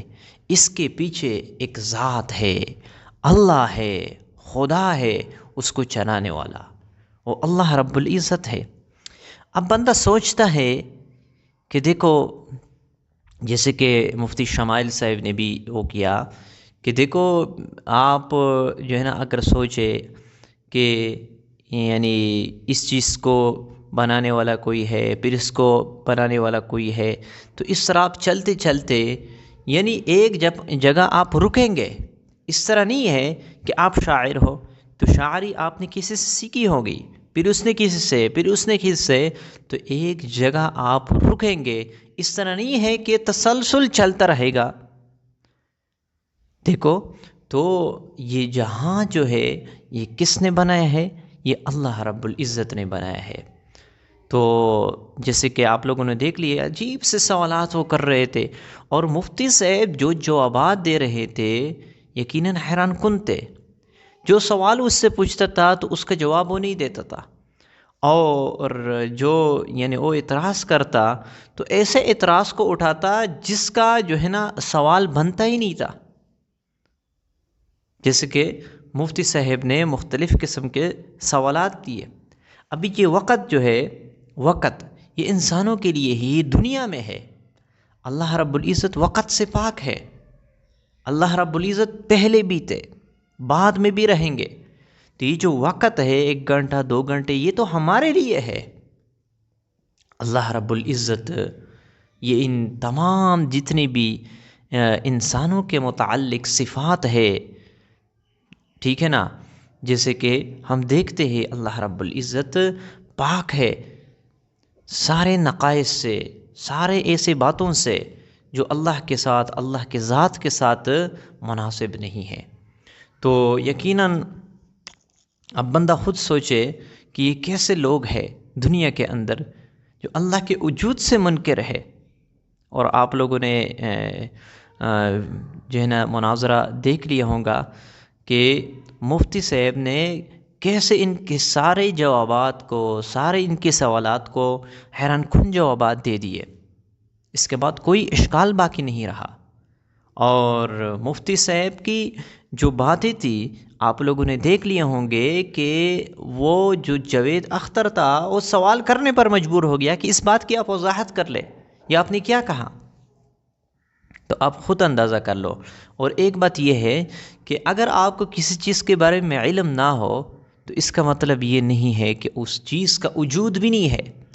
मसलन एक दीवार है, ये एक घर है। अब घर के पीछे जो कुछ है, एक है कि आपको इल्म हो, एक है कि आपको पता नहीं है, लेकिन इस घर के पीछे कोई चीज़ है आपके इल्म में नहीं है, तो इसका मतलब ये नहीं है कि वो चीज़ भी नहीं है। अगर आपके इल्म में कोई चीज़ ना हो इसका मतलब ये है कि वो चीज़ भी नहीं है, इस तरह नहीं है। इल्म का ना होना ये वजूद के ना होने पर दलालत नहीं करती। अगर आपके इल्म में कोई चीज़ नहीं, इसका मतलब ये नहीं है कि वो चीज़ भी नहीं है, इस तरह कोई बात भी नहीं है। तो याद रखना अल्लाह रब्बुल इज़्ज़त एक है। अल्लाह रब्बुल इज़्ज़त समद है, ना वो किसी से पैदा हुआ है, ना वो जो है ना उसने किसी को पैदा किया है, और इस जैसा कोई है ही नहीं। वो ज़ात वो कौन है? लहू मुल्कुस समावाति वल अर्द, उसकी बादशाहत है ज़मीन और आसमान पर। वही ज़िंदगी अता फरमाते हैं, वही मौत देती है, और वही जो है ना आपको रिज़्क़ अता फरमाते हैं। ये दुनिया दारुल असबाब है। एक बंदा सोचते हैं कि मैं ख़ुद रिज़्क़ कमाता हूँ, मैं ख़ुद जो है ना इस चीज़ को बनाता हूँ, मैं ख़ुद जो है ना कोशिश करता हूँ। देखिए दुनिया दारुल असबाब है, दुनिया दारुल असबाब है, और अल्लाह रब्बुल इज़्ज़त ने उसने इस दुनिया को असबाब के साथ जोड़ा है। लेकिन इसके पीछे यानी चलाने वाला आपको समझ नहीं आता, लेकिन चलाने वाला कोई है। वो कौन है? वो अल्लाह रब्बुल इज़्ज़त। अब दिलों का मालिक कौन है? अल्लाह है। अल्लाह रब्बुल इज़्ज़त आपके दिल में डाल देते हैं कि इस फ़कीर को पैसे दे दो, इस फ़कीर पर सदका कर लो, इस मिस्कीन की मदद कर लो, इस मज़लूम की मदद कर लो। ये अल्लाह रब्बुल इज़्ज़त आपके दिल में डाल देते हैं। ये ताकत किसके पास है? ये अल्लाह रब्बुल इज़्ज़त के पास है।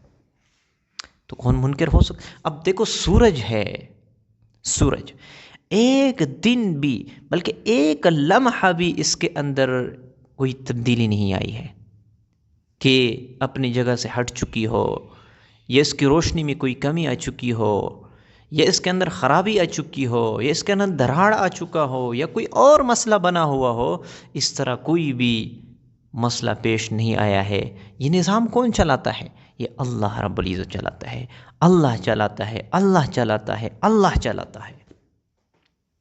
हमारा ईमान है, हमारा ईमान है कि इस निज़ाम को चलाने वाला एक ज़ात है, वो अल्लाह है, वही चलाता है, वही सब कुछ करते हैं और वही दिलों का मालिक है, वही ज़मीन और आसमान का बादशाह है, मालिक है।